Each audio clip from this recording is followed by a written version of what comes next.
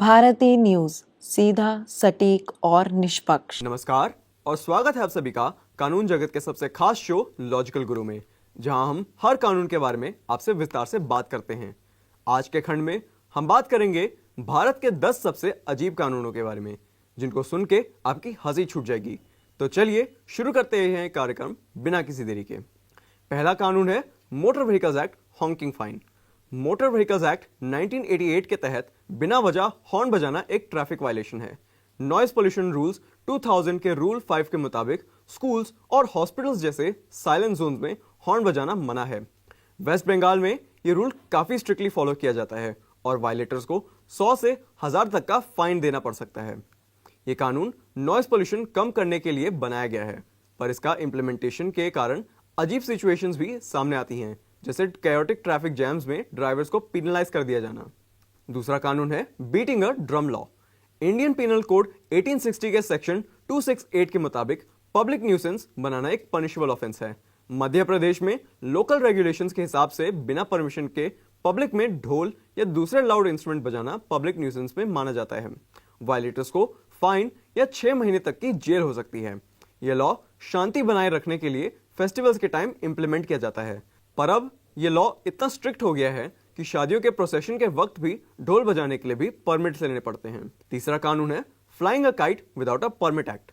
Indian aircraft act 1934 के section 11 के मुताबिक कोई भी चीज जो हवा में उठने के लायक हो उसे एयरक्राफ्ट माना जाता है। इसमें काइट्स भी शामिल होती हैं। टेक्निकली पतंग उड़ाने के लिए परमिट्स चाहिए होते हैं ताकि सेफ्टी और एरियल नेविगेशन को ध्यान में रखा जा सके।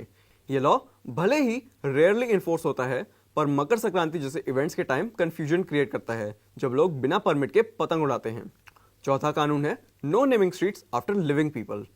कई स्टेट्स में इंप्लीमेंट किया गया naming of public places act के मुताबिक जीते जाते किसी भी व्यक्ति के बाद हम किसी स्ट्रीट या पब्लिक प्लेस को नेम नहीं कर सकते, ताकि कंट्रोवर्सीज और पॉलिटिकल फेवरेटिज्म को रोका जा सके। सेंट्रल लेवल पर ऐसा कोई लॉ नहीं है, पर कई म्युनिसिपल कॉर्पोरेशंस इस रूल को फॉलो करती हैं। इसका मोटिव है कि लोगों को पोस्टह्यूमसली ऑनर किया जा सके, ताकि उनकी कंट्रीब्यूशन उनके जीवन के बाद भी याद रखी जा सके। पांचवी एक्ट है ceiling fans in marriage halls. Bihar में लोकल बिल्डिंग कोड्स के हिसाब से मैरिज हॉल्स में limited number of ceiling fans he install करने की परमिशन होती है, ताकि सुसाइड्स को रोका जा सके। ये लॉ कुछ ट्रैजिक इंसिडेंट्स के बाद इंट्रोड्यूस किया गया है। इसका कोई स्पेसिफिक पीनल कोड तो नहीं है, पर वायलेशन के कारण हॉल की ऑपरेटिंग लाइसेंस को भी कैंसिल किया जा सकता है। ये रेगुलेशन सेफ्टी के नाम पर कभी कभी अनयूजुअल लगती है। छठा कानून है टूथब्रश फैक्ट्री रजिस्ट्रेशन।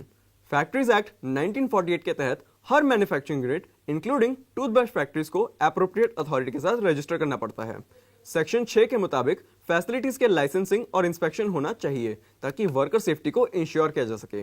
यह लॉ रेगुलेशन के लिए बनाया गया था, पर स्मॉल स्केल इंडस्ट्रीज जैसे टूथब्रश मैन्युफैक्चरिंग यूनिट्स के लिए काफी एक्सेसिव लगता है।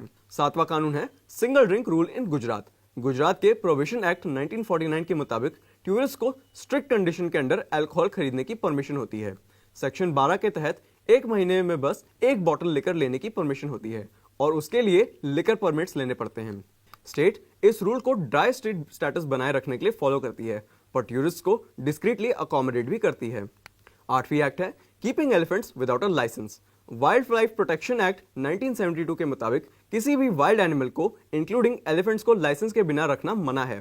केरला में जहां रिलीजियस और कल्चरल इवेंट्स में एलिफेंट्स काफी ज्यादा यूज होते हैं, यह लॉ वहां पर ज्यादा स्ट्रिक्टली इन्फोर्स किया जाता है। एलिफेंट ओनर्स को फॉरेस्ट डिपार्टमेंट के साथ रजिस्टर करना पड़ता है और वायलेशंस पर हेफ्टी फाइन्स और एनिमल की कॉन्फिस्टिकेशन भी की जाती है। नौवां एक्ट है नो स्पिटिंग इन गोवा। पब्लिक हेल्थ एक्ट के तहत गोवा में पब्लिक प्लेसेस पर थूकना बैन है, ताकि हेल्थ हैजर्ड्स को रोका जा सके और क्लीनलीनेस को मेंटेन किया जा सके। वायलेटर्स को 500 तक का फाइन लग सकता है। अजीब बात तो यह है कि यह लॉ प्राइवेट प्रॉपर्टी तक एक्सटेंड करता है, मतलब अगर आप अपने घर के बाहर भी थूकते हैं, आप पर भी पेनल्टी लग सकती है। 10वां और आखिरी कानून है no gossiping in Maharashtra. Indian penal code section 499 के तहत डेफेमेशन लॉज गॉसिप के अगेंस्ट यूज किए जा सकते हैं, जो किसी की रेपुटेशन को हार्म करते हैं।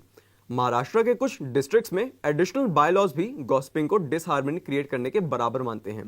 इंटेंट सोशल पीस बनाए रखने का है, पर इससे ऐसे केसेस भी इमर्ज करते हैं जहां कैजुअल कॉन्वर्सेशंस को भी लीगली चैलेंज कर दिया गया है। तो ये था हमारे देश के 10 सबसे अजीब कानून। अगर आपको हमारा ये एपिसोड अच्छा लगा तो भारतीय न्यूज़ को लाइक, शेयर और सब्सक्राइब करना ना भूलें। मिलेंगे आपसे अगले एपिसोड में एक नए टॉपिक के साथ। तब तक के लिए खुश रहिए, स्वस्थ रहिए और सुरक्षित रहिए। धन्यवाद।